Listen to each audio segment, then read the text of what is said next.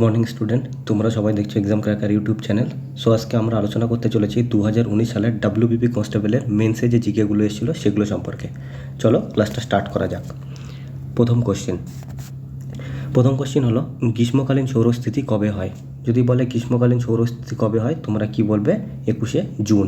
তোমরা কি বলবে? 21শে জুন। যদি বলে গ্রীষ্মকালীন সৌরস্থিতি কবে হয়? 21শে জুন। এই গ্রীষ্মকালীন সৌরস্থিতি কি? এই গ্রীষ্মকালীন সৌরস্থিতি অ্যাকচুয়ালি হলো যে দিন উত্তর গোলার্ধে দিন সব থেকে বড় হয় সেটাকে আমরা গ্রীষ্মকালীন সৌরস্থিতি বলি। সাপোজ ভাবো এটা পৃথিবী, আর পৃথিবীর মাঝখান দিয়ে যে কাল্পনিক রেখাটা গেছে সেটাকে আমরা কি বলি? নিরক্ষরেখা। এটা থাকে হচ্ছে 0 ডিগ্রিতে। যদি বলে নিরক্ষরেখা কত ডিগ্রিতে থাকে? 0 ডিগ্রিতে। আর এটা পৃথিবীর মিডিল দিয়ে যায়। এই নিরক্ষরেখা কি বলে? পৃথিবীকে দুটো ভাগে ভাগ করে। এই নিরক্ষরেখা পৃথিবীকে দুটো ভাগে ভাগ করে। একটা হচ্ছে উত্তর গোলার্ধ, এটা আমরা বলবো উত্তর গোলার্ধ, আর এটাকে বলবো দক্ষিণ গোলার্ধ। এই উত্তর গোলার্ধে 21শে জুন কি হয়? দিন সব থেকে বড় হয়, সেটাকেই আমরা বলি গ্রীষ্মকালীন সৌরস্থিতি। আর যদি বলে এই গ্রীষ্মকালীন সৌরস্থিতি কবে হয়? 21শে জুন। এছাড়াও এখানে একটা অপশন দেখতে পাচ্ছ 21শে মার্চ। যদি বলে 21শে মার্চ কি হয়, তোমরা কি বলবে? মহাবিষুব। 21শে মার্চ হয় মহাবিষুব। ডাইরেক্টলি কোশ্চেন আসছে যে মহাবিষুব কবে হয়, ডাইরেক্টলি কোশ্চেন আসবে যে মহাবিষুব কবে হয়, তোমরা কি বলবে? 21শে মার্চ। আর এখানে একটা ডেট দেখতে পাচ্ছ 23শে সেপ্টেম্বর। ডাইরেক্টলি কোশ্চেন জিজ্ঞেস করবে যে জলবিষুব কবে হয়, জলবিষুব কবে হয়। যদি বলে জলবিষুব কবে হয়, তোমরা কি বলবে? 23শে সেপ্টেম্বর। তাহলে কি বললাম যে গ্রীষ্মকালীন সৌরস্থিতি কবে হয়? যদি বলে গ্রীষ্মকালীন সৌরস্থিতি কবে হয়, কি বলবে? 21শে জুন। আর যদি বলে মহাবিষুব কবে হয়? 21শে মার্চ। আর যদি বলে জলবিষুব কবে হয়? 23শে সেপ্টেম্বর। চলো পরের কোশ্চেনে যাওয়া যাক।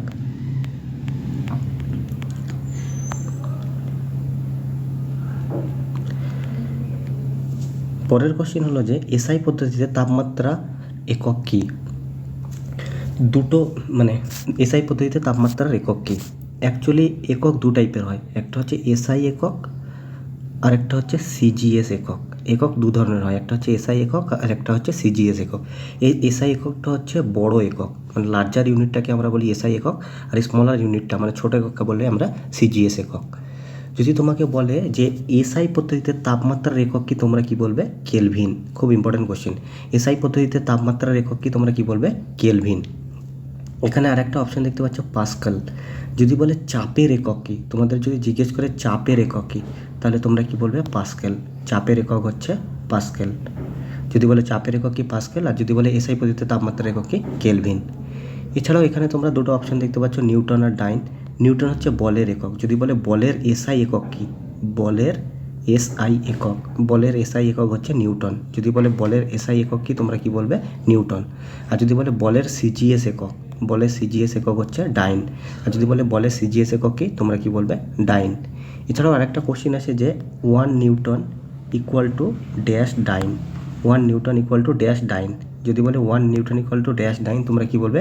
1 নিউটন ইকুয়াল টু 10⁵ ডাইন হয়। ডাইরেক্টলি কোশ্চেন জিজ্ঞেস করবে যে 1 newton equal to dash dyne, তোমরা কি বলবে? 1 নিউটন ইকুয়াল টু 10⁵ ডাইন।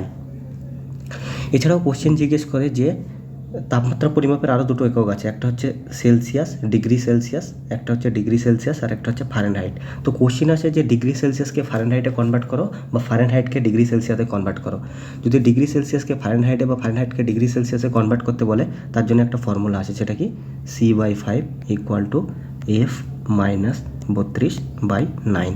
তো সেলসিয়াস স্কেলের ভ্যালু যদি 0 ডিগ্রি সেলসিয়াস হয়, তাহলে সেটা ফারেনহাইট স্কেলে কত হবে? কিচ্ছু করবে না, এই সেলসিয়াসের জায়গায় 0 পুট করে দাও। 0/5 ইকুয়াল টু F মাইনাস 32/9। তো 0/5 ইকুয়ালস টু কী হয়? 0 আর ইকুয়াল টু কী হবে? F minus 32/9। 0 ইন্টু 9 কী হবে? 0। তাহলে F মাইনাস 32 ইকুয়াল টু কী হবে? 0। তাহলে F ইকুয়াল টু কী হলো? 32। তাহলে যদি বলে সেন্টিগ্রেড স্কেল থেকে ফারেনহাইট স্কেলে বা ফারেনহাইট স্কেল থেকে সেন্টিগ্রেড স্কেলে কীভাবে কনভার্ট করবে, তোমাকে যে কোনো একটা ভ্যালু দেওয়া থাকবে, ইয়া তো সেন্টিগ্রেড স্কেলের ভ্যালুটা দেওয়া থাকবে, ইয়া তো ফারেনহাইট স্কেলের ভ্যালুটা দেওয়া থাকবে, আর তোমরা এই ফর্মুলার মধ্যে সেটা পুট করে দেবে। ফর্মুলাটা কি? C/5 equals to F minus 32/9। চলো পরের কোশ্চেনে যাওয়া যাক। পরের কোশ্চেন হলো যে হু wrote the Hound of the, কী বলেছে? বাস্কারভাইলস। দ্য হুন্ট অফ দ্য বাস্কারভাইলস, এই বইটা কার লেখা? এই বইটা হচ্ছে অর্থার কোনান ডয়েলের লেখা। অর্থার কোনান ডয়েল এর লেখা বইটার নাম কি? The Hound of the Baskervilles. এছাড়াও তোমরা এখানে আর একটা অপশান দেখতে পাচ্ছ জন কিটস। জন কিটসের লেখা একটা ফেমাস বই হলো ode to the nightingale. Ode to nightingale, যদি বলে অড টু নাইটেঙ্গেল এই বইটা কার লেখা? John Keats. এটা পিএসসিতে আসা question. Ode to nightingale, যদি বলে অড টু নাইট অ্যাঙ্গেল এই বইটা কার লেখা? তোমরা কি বলবে? John Keats. চলো পরের কোশ্চেনে যাওয়া যাক। পরের কোশ্চেন হলো যে জাতীয় মানবাধিকার দিবস কোন দিনটিতে পালন করা হয়? তোমরা কি বলবে? 10ই ডিসেম্বর। যদি বলে জাতীয় মানবাধিকার দিবস কোন দিন পালন করা হয়? তোমরা কি বলবে? 10ই ডিসেম্বর। এছাড়াও তোমরা এখানে আরেকটা অপশান দেখতে পাচ্ছ 8ই মার্চ। 10ই ডিসেম্বর হচ্ছে জাতীয় মানবাধিকার দিবস পালন করা হয়। এখানে আরেকটা অপশান দেখতে পাচ্ছ 8ই মার্চ। যদি বলে 8ই মার্চ কী পালন করা হয়?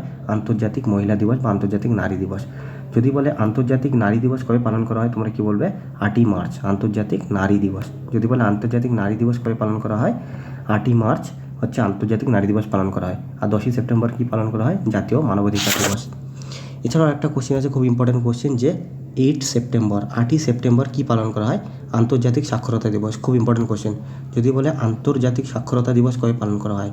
International literacy day. আন্তর্জাতিক সাক্ষরতা দিবস, যেটা কি বলে? International literacy day. আন্তর্জাতিক সাক্ষরতা দিবস কবে পালন করা হয়? 8ই সেপ্টেম্বর। এছাড়াও তোমরা এখানে আরেকটা অপশন দেখতে পাচ্ছ, কি লেখা আছে? 6ই আগস্ট। যদি বলে 6ই আগস্ট কী দিবস হিসেবে পালন করা হয়? 6ই আগস্ট হচ্ছে হিরোশিমা দিবস পালন করা হয়। 6ই আগস্ট হিরোশিমা। 6ই আগস্ট হিরোশিমা। যদি বলে 6ই আগস্ট কী পালন করা হয়? হিরোশিমা দিবস। আর যদি বলে 9ই আগস্ট, 9ই আগস্ট কী পালন করা হয়? 9ই আগস্ট হচ্ছে নাগাসাকি দিবস। যদি বলে নাগাসাকি দিবস কবে পালন করা হয়? 9ই আগস্ট। আর হিরোশিমা দিবস কবে পালন করা হয়? 6ই আগস্ট। কেন? কারণ এই যে 6ই আগস্ট 1945, 6ই আগস্ট 1945 আর 9ই আগস্ট 1945, 6ই আগস্ট 1945 আর 9ই আগস্ট 1945, আমেরিকা কী করেছিল? জাপানের হিরোশিমাতে 6ই আগস্ট 1945 সালে আমেরিকা জাপানের যে হিরোশিমা জায়গা আছে সেখানে একটা পরমাণু বম মেরেছিল। সেই বমটার নাম কি? Little boy.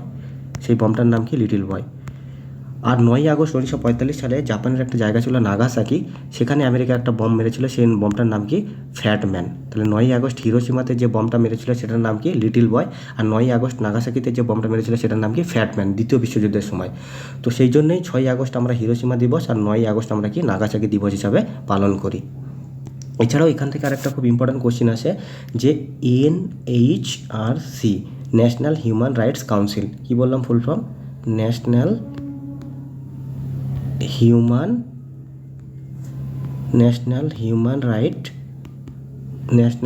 Rights council, NHRC, national human rights council, Bangla হচ্ছে জাতীয় মানবাধিকার পরিষদ। জাতীয় মানবাধিকার পরিষদ বলে এই NHRC বা জাতীয় মানবাধিকার পরিষদ কবে তৈরি হয়েছে?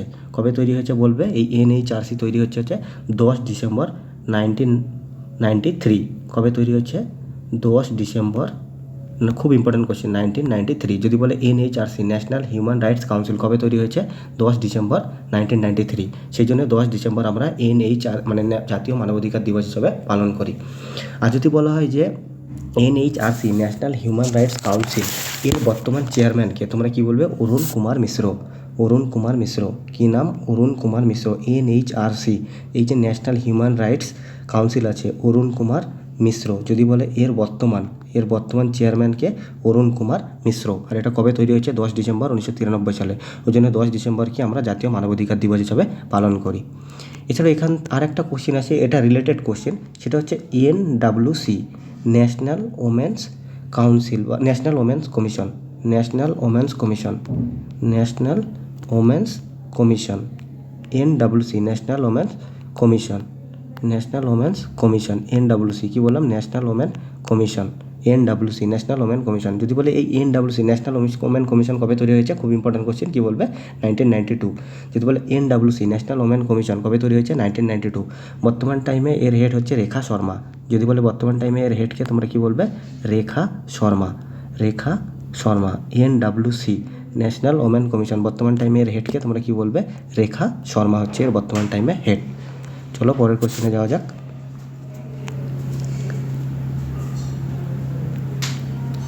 পরের কোশ্চেন হলো যে ভারতের বর্তমান চিফ অফ ডিফেন্স স্টাফকে, তো সেই টাইমে ভারতের যে চিফ অফ ডিফেন্স স্টাফ আছে তার কথা জিজ্ঞেস করেছে। সেই টাইমে ভারতের যে চিফ অফ ডিফেন্স স্টাফ ছিল তিনি ছিলেন বিপিন রাওয়াত। যদি বলে সেই টাইমে এই 2019 সালে যখন এই কোশ্চেনটা তৈরি করা হয়েছিল সেই টাইমে চিফ অফ ডিফেন্স স্টাফ কে ছিল? বিপিন রাওয়াত। এই বিপিন রাওয়াত কী হয়েছে 8ই ডিসেম্বর 8ই ডিসেম্বর 2021 সালে 8ই ডিসেম্বর 2021 সালে কন্নুর বলে একটা জায়গা আছে, কন্নুর বলে একটা জায়গা আছে কোথায়? তামিলনাড়ুতে। কন্নুর বলে একটা জায়গা আছে তামিলনাড়ুতে, সেখানে বিমান দুর্ঘটনায় মারা গেছিলো। তো যদি বলে ভারতের বর্তমান চিফ অফ ডিফেন্স স্টাফ মানে সেই টাইমে 2019 সালে ভারতের চিফ অফ ডিফেন্স স্টাফ কে ছিল? বিপিন রাওয়াত। সে হচ্ছে 8ই ডিসেম্বর 2021 সালে, কি বললাম 8ই ডিসেম্বর 2021 সালে কী হয়েছে? মারা গেছিলো। কীভাবে? বিমান দুর্ঘটনায়। যদি বলে কোথায় মারা গেছিলো? কন্নুর, তামিলনাড়ু। আর যদি বলে বর্তমান টাইমে ভারতের CDS chief of defence staff, বর্তমান টাইমে তোমাদের পরীক্ষার জন্য এটা ইম্পর্ট্যান্ট যে বর্তমান টাইমে ভারতের সিডিএসকে চিফ অফ ডিফেন্স স্টাফকে তোমরা কী বলবে? অনিল চৌহান। বর্তমান টাইমে ভারতের CDS chief of defence staff হচ্ছে অনিল চৌহান। যদি বলে বর্তমান টাইমে ভারতের সিডিএস বা চিফ অফ ডিফেন্স স্টাফকে তোমরা কী বলবে? অনিল চৌহান। এছাড়াও আরেকটা কোশ্চেন আসে যে এনএসএ ন্যাশনাল সিকিউরিটি অ্যাডভাইজার, এনএসএর ফুল ফর্ম কী বললাম? National security advisor, national security advisor, NSA national security advisor, জাতীয় নিরাপত্তা উপদেষ্টা। যদি বলে বর্তমান ভারতের জাতীয় নিরাপত্তা উপদেষ্টা মানে ন্যাশনাল সিকিউরিটি অ্যাডভাইজারকে তোমরা কি বলবে? বর্তমানে ন্যাশনাল সিকিউরিটি অ্যাডভাইজার হচ্ছে অজিত দোভাল। খুব ইম্পর্টেন্ট কোশ্চেন, অজিত দোভাল। বর্তমান টাইমে আমাদের এনএসএ কে ন্যাশনাল সিকিউরিটি অ্যাডভাইজারকে তোমরা কি বলবে? অজিত দোভাল। চলো পরের কোশ্চেনে যাওয়া যাক।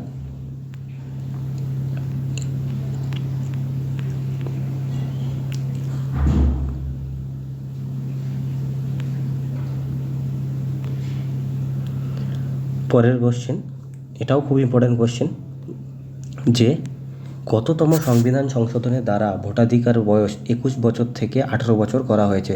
সংবিধান সংশোধন মানে আমাদের সংবিধানের যদি কোনো কিছু আমাদের পরিবর্তন করতে হয় তো সেটাকে আমরা কি বলি? সংবিধান সংশোধন করা বলি। তো প্রথমে যে ভোট দেওয়ার বয়স ছিল সেটা ছিল 21 বছর, কিন্তু বর্তমানে ভোট দেওয়ার বয়স কত? 18 বছর। তার মানে কি 21 বছর থেকে কমিয়ে 18 বছর করা হয়েছে। এটা কততম সংবিধান সংশোধনের মাধ্যমে করা হয়েছে? 61তম সংবিধান সংশোধন। যদি বলে কততম সংবিধান সংশোধনের মাধ্যমে ভোটাধিকারের বয়স 21 বছর থেকে কমিয়ে 18 বছর করা হয়েছে তোমরা কি বলবে? 61তম। আর যদি বলে এই 61তম সংবিধান সংশোধন কবে হয়েছে তোমরা কি বলবে? 1989। এই 61তম সংবিধান সংশোধন কবে হয়েছে? 1989। আর যদি বলে সেই টাইমে আমাদের প্রধানমন্ত্রী কে ছিল তোমরা কি বলবে? রাজীব গান্ধী। সেই টাইমে আমাদের প্রধানমন্ত্রী কে ছিল তোমরা কি বলবে? রাজীব গান্ধী। এই রাজীব গান্ধীর টাইমেই যে ভোট দেওয়ার বয়স সেটা 21 বছর থেকে কমিয়ে 18 বছর করা হয়েছিল 61তম সংবিধান সংশোধনের মাধ্যমে। কবে? 1989-এ। এছাড়াও কোশ্চিন আসে যে 42তম সংবিধান সংশোধন কবে হয়েছে? 42তম সংবিধান সংশোধন কবে হয়েছে তোমরা কি বলবে? 1976 সালে। খুব ইম্পর্ট্যান্ট। যদি বলে 42তম সংবিধান সংশোধন কবে হয়েছে? 1976 সালে। এই 42তম সংবিধান সংশোধনের মাধ্যমে আমাদের সংবিধানের অনেক প্রবধানের পরিবর্তন করানো হয়েছিল। আর এটাকে সেই জন্য আমরা কি বলি? Mini constitution. ডাইরেক্টলি কোশ্চেন আসে যে মিনি কনস্টিটিউশন কাকে বলে বা মিনি সংবিধান কাকে বলে? এই 42তম সংবিধান সংশোধনটাকে কি বলা হয়? মিনি সংবিধান। ডাইরেক্টলি কোশ্চেন আসে যে মিনি সংবিধান কাকে বলে? এই 42তম সংবিধান সংশোধনটাকে কি বলা হয়? মিনি সংবিধান। এছাড়াও আরেকটা কোশ্চেন আসে যে সমাজতান্ত্রিক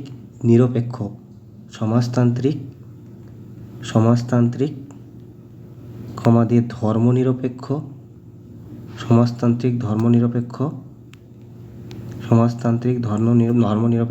আর অখণ্ডতা। সমাজতান্ত্রিক, ধর্মনিরপেক্ষ আর অখণ্ডতা। আমাদের সংবিধান যখন তৈরি হয়েছিল সেই সংবিধান তৈরির সময় এই তিনটা শব্দ আমাদের সংবিধানের মধ্যে ছিল না। এই 42তম সংবিধান সংশোধনের মাধ্যমে কততম? 42তম সংবিধান সংশোধনের মাধ্যমে 1976 সালে 42তম সংবিধান সংশোধনের মাধ্যমে 1976 সালে এই সমাজতান্ত্রিক, ধর্মনিরপেক্ষ আর অখণ্ডতা এই তিনটা শব্দ আমাদের সংবিধানের মধ্যে যুক্ত করা হয়েছিল। এই কোশ্চেনটা পরীক্ষায় বহুতবার এসেছে যে সমাজতান্ত্রিক, ধর্মনিরপেক্ষ এবং অখণ্ডতা এই তিনটা শব্দ আমাদের সংবিধানে কততম সংবিধান সংশোধনের মাধ্যমে যুক্ত করা হয়েছিল তোমরা কি বলবে? 42তম সংবিধান সংশোধন। আর যদি বলা হয় এই 42তম সংবিধান সংশোধনটা কবে হয়েছে? 1976 সালে। চলো পরের কোশ্চেনে যাওয়া যাক। পরের কোশ্চেন হলো যে ইউনিসেফ এর সদর দপ্তর কোথায়? ইউনিসেফের সদর দপ্তর কোথায় তোমরা কি বলবে? New York. যদি বলি ইউনিসেফের সদর দপ্তর কোথায় তোমরা কি বলবে? New York. এছাড়া ওখানে আরেকটা অপশন দেখছো প্যারিস। প্যারিসে একটা বিখ্যাত অর্গানাইজেশনের সদর দপ্তর, সেটা কি ইউনেস্কো, খুব ইম্পর্টেন্ট। যদি বলে ইউনেস্কোর সদর দপ্তর কোথায়, তোমরা কি বলবে প্যারিস। ইউনেস্কোর সদর দপ্তর হচ্ছে প্যারিস। আর যদি বলে এই ইউনেস্কো কবে তৈরি হয়েছে, তোমরা কি বলবে এই ইউনেস্কো তৈরি হয়েছে 1945-এ। যদি বলে ইউনেস্কোর সদর দপ্তর কোথায়, তোমরা কি বলবে প্যারিস। প্যারিসটা কোথায়, ফ্রান্সে। ইউনেস্কোর সদর দপ্তর হচ্ছে প্যারিস, ফ্রান্সে। আর যদি বলে ইউনেস্কো কবে তৈরি হয়েছে, তোমরা কি বলবে 1945 সালে। আর যদি বলে বর্তমান টাইমে ইউনেস্কোর হেডকে, তোমরা কি বলবে অড্রে আজৌলে। অড্রে আজৌলে। অড্রে আজৌলে। অড্রে আজৌলে। যদি বলে বর্তমান টাইমে ইউনেস্কোর হেডকে, তোমরা কি বলবে অড্রে আজৌলে। আর ইউনেস্কো কবে তৈরি হয়েছে, 1945 সালে। আর যদি বলে ইউনেস্কোর সদর দপ্তর কোথায়, তোমরা কি বলবে প্যারিস, ফ্রান্স। এছাড়াও তোমরা এখানে একটা অপশন দেখতে পাচ্ছ ঢাকা।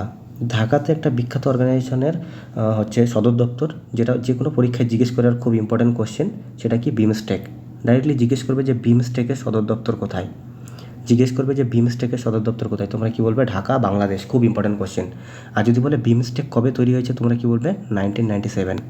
যদি বলে বিমস্টেক কবে তৈরি হয়েছে, 1997 সালে। আর যদি বলে বিমস্টেকের সদর দপ্তর কোথায়, ঢাকা, বাংলাদেশ। আর যদি বলে বিমস্টেকের এই যে অর্গানাইজেশন, এই অর্গানাইজেশনের কতগুলো সদস্য দেশ আছে, তোমরা কি বলবে 7টা। বিমস্টেকের সদস্য দেশ কটা আছে, 7টা। সেই 7টা সদস্য দেশ কী কী, তোমরা কি বলবে সেই 7টা সদস্য দেশ হচ্ছে বাংলাদেশ, ইন্ডিয়া, মায়ানমার, শ্রীলঙ্কা, নেপাল, ভুটান আর Thailand. B for Bangladesh, I for India, M for Myanmar, S for Sri Lanka, T for Thailand. এখানে 5টা দেশ হলো। আর দুটো দেশ কি, আর দুটো দেশ হলো একটা নেপাল আর একটা হলো ভুটান। এই 7টা দেশ হচ্ছে বিমস্টেকের সদস্য। তো তোমাদের তাহলে কোশ্চিন আসবে কি, এই 7টা দেশের মধ্যে থেকে যে কোনো 3টে দেশের নাম দেবে, দিয়ে আরেকটা অন্য দেশের নাম দিয়ে বলবে যে এদের মধ্যে কোনটা বিমস্টেকের সদস্য না।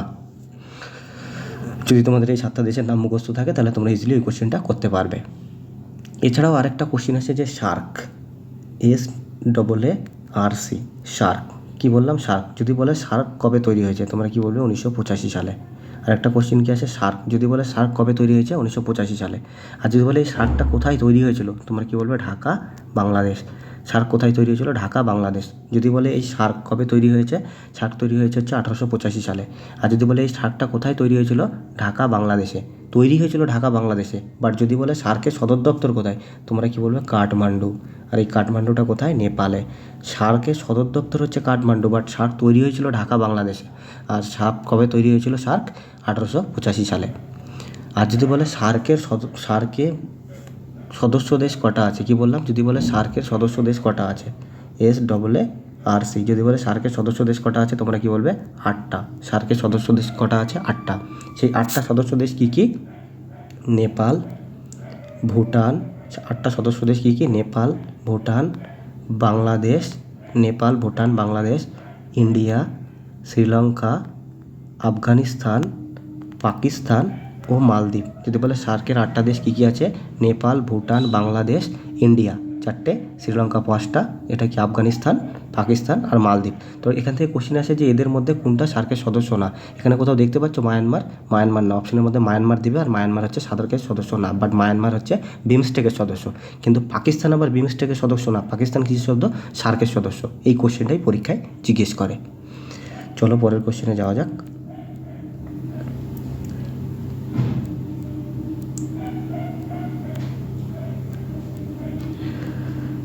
পরের কোশ্চেনটা হলো যে সংসদে 0 আওয়ার বলতে কোন সময়কালকে বোঝানো হয়। ডাইরেক্টলি জিজ্ঞেস করবে যে সংসদে 0 আওয়ার বলতে কোন সময়টাকে বোঝানো হয়, 12টা থেকে 1টা। 12টা থেকে 1টা যে সময় পিরিয়ডটা সংসদে, সেই সময়টাকে আমরা কি বলি, 0 আওয়ার। আর পরীক্ষায় কোশ্চেন আসে যে এই 0 আওয়ার কবে থেকে শুরু হয়েছে, তোমরা কি বলবে 1962 সাল থেকে। যদি বলে 0 আওয়ার কবে থেকে শুরু হয়েছে, 1962 সাল থেকে। সংসদে 0 আওয়ার বলতে কোন সময়কে বোঝানো হয়, 12টা থেকে 1টা। আর সংসদে এই 0 আওয়ারটা কবে শুরু হয়েছে, 1962 সাল থেকে। এই 0 আওয়ার বলতে কি বোঝানো হয়, এই 0 আওয়ার বলতে বোঝানো হয় যে সংসদের যে সদস্যরা থাকে, তারা আগে থেকেই কোনো ঘোষণা না করে যে গুরুত্বপূর্ণ বিষয়গুলো থাকে মানুষের ওয়েলফেয়ারের জন্য, সেগুলো ডাইরেক্টলি উত্থাপন করতে পারে সংসদের মধ্যে। চলো পরের কোশ্চেনে যাওয়া যাক। পরের কোশ্চেন হলো যে শ্রীনিবাস রামানুজম ছিলেন একজন বিখ্যাত ড্যাশ। যদি জিজ্ঞেস করে শ্রীনিবাস রামানুজম একজন বিখ্যাত কে ছিলেন, তোমরা কি বলবে গণিতবিদ। শ্রীনিবাস রামানুজম একজন কে ছিলেন, বিখ্যাত গণিতবিদ। এই শ্রীনিবাস রামানুজমের ডেট অফ বার্থ কবে, 22শে ডিসেম্বর। এই শ্রীনিবাস রামানুজমের ডেট অফ বার্থ কবে? 22শে ডিসেম্বর। এই 22শে ডিসেম্বরে আমরা কি জাতীয় গণিত দিবস হিসাবে পালন করি, ন্যাশনাল ম্যাথমেটিক্স ডে। যদি বলে জাতীয় গণিত দিবস কবে পালন করা হয়? 22শে ডিসেম্বর। কেন? এই 22শে ডিসেম্বর বিখ্যাত ম্যাথমেটিশিয়ান শ্রীনিবাস রামানুজমের জন্মদিন, সেই জন্য আমরা কি জাতীয় গণিত দিবস হিসাবে পালন করি 22শে ডিসেম্বর। এছাড়াও যদি বলে একটা পুরস্কার দেওয়া হয় যে অ্যাবেল পুরস্কার, অ্যাবেল প্রাইজ। যদি বলে অ্যাবেল প্রাইজ কিসের সাথে যুক্ত? ম্যাথমেটিক্স। যারা বিখ্যাত ম্যাথমেটিশিয়ান হয় তাদেরকে অ্যাবেল প্রাইজ দেওয়া হয়, যারা বিখ্যাত ম্যাথমেটিশিয়ান হয় তাদেরকে কী দেওয়া হয়? Abel prize. যেহেতু ম্যাথমেটিক্সে নোবেল পুরস্কার দেওয়া হয় না, ম্যাথমেটিক্সে কিন্তু নোবেল পুরস্কার দেওয়া হয় না, সেই জন্য ম্যাথমেটিক্সের নোবেল বলা হয় এই অ্যাবেল প্রাইজকে। যদি বলে ম্যাথমেটিক্সের নোবেল কোন প্রাইজকে বলা হয়? Abel prize. এটা হচ্ছে ম্যাথমেটিক্সে দেওয়া সবথেকে বড় পুরস্কার। যদি বলে এবছর অ্যাবেল প্রাইজ কে পেয়েছেন, তোমরা কি বলবেন? মিচেল। এবছর অ্যাবেল প্রাইজ কে পেয়েছে? মিচেল। মিচেল তালাগ্র্যান্ড। মিচেল তালাগ্র্যান্ড। মিচেল তালাগ্র্যান্ড। যদি বলে এবছর অ্যাবেল প্রাইজ কে পেয়েছেন? মিচেল তালাগ্র্যান্ড। যদি বলে এবছর অ্যাবেল প্রাইজ কে পেয়েছেন? মিচেল তালাগ্র্যান্ড। আর অ্যাবেল প্রাইজ হচ্ছে ম্যাথমেটিক্সের নোবেল বলা হয় এই অ্যাবেল প্রাইজকে, আর অ্যাবেল প্রাইজ হচ্ছে ম্যাথমেটিক্সে দেওয়া সবথেকে বড় পুরস্কার। চলো পরের কোশ্চেনে যাওয়া যাক।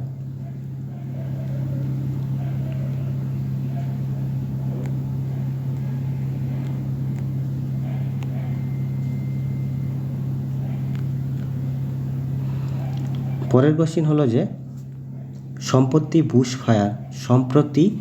ফায়ার ক্রাইসিস কোথায় ঘটেছে? বুশ ফায়ার মানে হচ্ছে জঙ্গলে আগুন লেগে যাওয়া, যে বড় জঙ্গলগুলো থাকে সেখানে আগুন লেগে যাওয়াটাকে বলা হয় বুশ ফায়ার।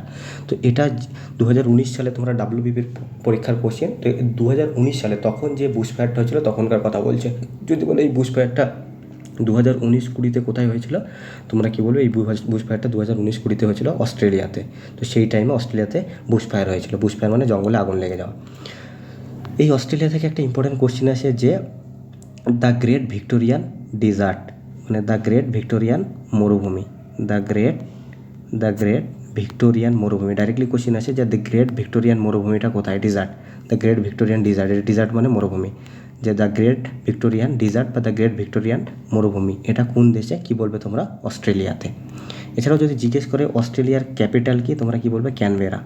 অস্ট্রেলিয়ার ক্যাপিটাল কি? ক্যানবেরা। যদি জিজ্ঞেস করে অস্ট্রেলিয়ার ক্যাপিটাল কি? ক্যানবেরা। আর অস্ট্রেলিয়ার মুদ্রার নাম কি? Australian dollar. যদি বলো অস্ট্রেলিয়ার মুদ্রার নাম কি? Australian dollar. কি বললাম তাহলে? অস্ট্রেলিয়ার রাজধানী কি? ক্যানবেরা। আর অস্ট্রেলিয়ার মুদ্রার নাম কি? Australian dollar. এছাড়াও তোমরা এখানে আরেকটা অপশন দেখতে পাচ্ছ আফগানিস্তান। যদি বলে আফগানিস্তানের রাজধানীর নাম কি, তোমরা কি বলবে? কাবুল। আফগানিস্তানের রাজধানীর নাম কি? কাবুল। আর যদি বলে আফগানিস্তানের মুদ্রার নাম কি, তোমরা কি বলবে? আফগানি। আফগানিস্তানের মুদ্রার নাম হচ্ছে আফগানি। আর আফগানিস্তানের মানে রাজধানী বা ক্যাপিটাল যদি জিজ্ঞেস করে কি বলবে? কাবুল। এছাড়াও তোমরা আরেকটা অপশন দেখতে পাচ্ছ ডেনমার্ক। যদি জিজ্ঞেস করে ডেনমার্কের রাজধানীর নাম কি, তোমরা কি বলবে? কোপেনহেগেন। কোপেনহেগেন। ডেনমার্কের রাজধানীর নাম কি? কোপেনহেগেন। চলো পরের কোশ্চেনে যাওয়া যাক। পরের কোশ্চেন হলো যে জেলার মুখ্য রাজস্ব আদায়কারীকে তোমরা কি বলবে? জেলা শাসক, মানে ডিস্ট্রিক্ট কালেক্টর। যদি বলে জেলার মুখ্য রাজস্ব আদায়কারীকে জেলা শাসক, ডিস্ট্রিক্ট কালেক্টর। যেহেতু তোমরা পশ্চিমবঙ্গের পরীক্ষা দিচ্ছ, তো এখানে একটা অপশন দেখতে পাচ্ছ রাজ্যপাল। জিজ্ঞেস করতে পারে পশ্চিমবঙ্গের বর্তমানে যে রাজ্যপাল আছে তার নাম কি? সিভি আনন্দ বসু। সিভি আনন্দ বসু। বর্তমান টাইমে পশ্চিমবঙ্গের যে রাজ্যপাল আছে তার নাম কি? সিভি আনন্দ বসু। আর বর্তমান টাইমে পশ্চিমবঙ্গের মুখ্যমন্ত্রীর নাম কি? শ্রীমতী মমতা ব্যানার্জি। তোমরা সবাই জানো। চলো পরের কোশ্চেনে যাওয়া যাক। পরের কোশ্চেন হলো যে কোন দেশের প্রধানমন্ত্রী 2019 সালে শান্তির জন্য নোবেল পুরস্কার পান? তো 2019 সালে শান্তির জন্য যে দেশের প্রধানমন্ত্রী নোবেল পুরস্কার পান সেই দেশটার নাম হচ্ছে ইথিওপিয়া। আর সেই টাইমে ইথিওপিয়ার প্রধানমন্ত্রী কে ছিল? সেই টাইমে ইথিওপিয়ার প্রধানমন্ত্রী ছিল আবি আহমেদ। যদি বলে সেই টাইমে ইথিওপিয়ার প্রধানমন্ত্রী কে ছিল? আবি আহমেদ। তাহলে 2019 সালে শান্তির জন্য নোবেল পুরস্কার কে পেয়েছিলেন? আবি আহমেদ। আর যদি বলে ইথিওপিয়ার রাজধানীর নাম কি, তোমরা কি বলবে? আদিস আবাবা। ইথিওপিয়ার রাজধানীর নাম কি? আদিস আবাবা। ইথিওপিয়ার রাজধানীর নাম হচ্ছে আদিস আবাবা। তাহলে যদি জিজ্ঞেস করে 2019 সালে শান্তির জন্য নোবেল পুরস্কার কে পেয়েছিল, তোমরা কি বলবে? আবি আহমেদ। আবি আহমেদ কোন দেশের প্রধানমন্ত্রী ছিলেন? ইথিওপিয়া। আর যদি জিজ্ঞেস করে ইথিওপিয়ার রাজধানীর নাম কি, তোমরা কি বলবে? আদিস আবাবা। কিন্তু তোমার পরীক্ষায় এটা বেশি ইম্পর্টেন্ট না, তোমার পরীক্ষায় ইম্পর্টেন্ট হলো 2023 সালে শান্তির জন্য নোবেল পুরস্কার কে পেয়েছিল? তোমরা কি বলবে? নার্গিস মোহাম্মদী। যদি বলে কোথাকার, কি বলবে তোমরা? ইরানের। নার্গিস মোহাম্মদী। যদি বলে 2023 সালে শান্তির জন্য নোবেল পুরস্কার কে পেয়েছিল? নার্গিস মোহাম্মদী। আর যদি বলে এই নার্গিস মোহাম্মদী কোন দেশের ছিলেন? তোমরা কি বলবে? ইরান। ইনি ইরানের একজন অ্যাক্টিভিস্ট ছিলেন। ইরানের একজন কি ছিলেন? অ্যাক্টিভিস্ট ছিলেন, যাকে 2023 সালে শান্তির জন্য নোবেল পুরস্কার দেওয়া হয়েছে। একটা ইম্পর্টেন্ট কোশ্চেন আসে যে প্রথম ভারতীয় যিনি নোবেল পুরস্কার পেয়েছিলেন তার নাম কি? খুব ইম্পর্টেন্ট কোশ্চেন। তার নাম হচ্ছে রবীন্দ্রনাথ ঠাকুর। তিনি 1913 সালে প্রথম ভারতীয় যিনি নোবেল পুরস্কার পেয়েছিলেন, বা তোমরা বলতে পারো প্রথম এশিয়ান ব্যক্তি, শুধু ভারতীয় না, প্রথম এশিয়ান ব্যক্তি যিনি নোবেল পুরস্কার পেয়েছিলেন কী হবে? রবীন্দ্রনাথ ঠাকুর। যদি বলে প্রথম ভারতীয় কে ছিল যিনি নোবেল পুরস্কার পেয়েছিলেন? রবীন্দ্রনাথ ঠাকুর। যদি জিজ্ঞেস করে প্রথম এশিয়ান ব্যক্তি কে ছিল যিনি নোবেল পুরস্কার পেয়েছিলেন, তোমরা কি বলবে? রবীন্দ্রনাথ ঠাকুর। যদি বলে রবীন্দ্রনাথ ঠাকুর কবে নোবেল পুরস্কার পেয়েছিলেন? 1913 সালে। আর যদি বলে রবীন্দ্রনাথ ঠাকুর কোন ক্ষেত্রে নোবেল পুরস্কার পেয়েছিলেন, তোমরা কি বলবে? সাহিত্যে। তার লেখা সাহিত্যটার নাম কী ছিল? গীতাঞ্জলি। যদি বলে রবীন্দ্রনাথ ঠাকুর কোন ক্ষেত্রে নোবেল পুরস্কার পেয়েছিলেন? সাহিত্যে। যদি বলে কবে পেয়েছিলেন? 1913 সালে। আর যদি বলে তার সাহিত্যটার নাম কী ছিল? গীতাঞ্জলি। তো কী বললাম? রবীন্দ্রনাথ ঠাকুর তার যে সাহিত্য গীতাঞ্জলি সেটার জন্য 1913 সালে নোবেল পুরস্কার পেয়েছিলেন। আর তিনি প্রথম ভারতীয়, শুধু প্রথম ভারতীয় না, প্রথম এশিয়ান ব্যক্তি ছিলেন যিনি নোবেল পুরস্কার পেয়েছিলেন। এছাড়াও আরেকটা ইম্পর্টেন্ট কোশ্চেন আছে যে মাদার টেরিজা নোবেল পুরস্কার কবে পেয়েছিল? মাদার টেরিজা, মনে রাখবে, মাদার টেরিজা নোবেল পুরস্কার পেয়েছিল হচ্ছে 1979 সালে। খুব ইম্পর্টেন্ট কোশ্চেন। জিজ্ঞেস করে মাদার টেরিজা নোবেল পুরস্কার কবে পেয়েছিল? 1979 সালে। খুবই ইম্পর্টেন্ট কোশ্চেন। তিনি একজন অ্যাক্টিভিস্ট ছিলেন। তো আজকের ক্লাসটা আমরা এখানেই শেষ করছি। 2019 সালে WPP কনস্টেবলের মেন্সের যে জিকেগুলো এসেছিলো 1 থেকে 35-এর মধ্যে, সেগুলো আমরা আজকে আলোচনা করে নিলাম। যদি ক্লাসটা তোমাদের ভালো লেগে থাকে তাহলে ক্লাসটা অবশ্যই লাইক করে দেবে, ভিডিওতে কমেন্ট করবে এবং ভিডিওটা তোমার বন্ধুদের সাথে শেয়ার করবে এবং চ্যানেলটাকে সাবস্ক্রাইব করে দেবে এবং বেল আইকনটা প্রেস করবে। Thank you.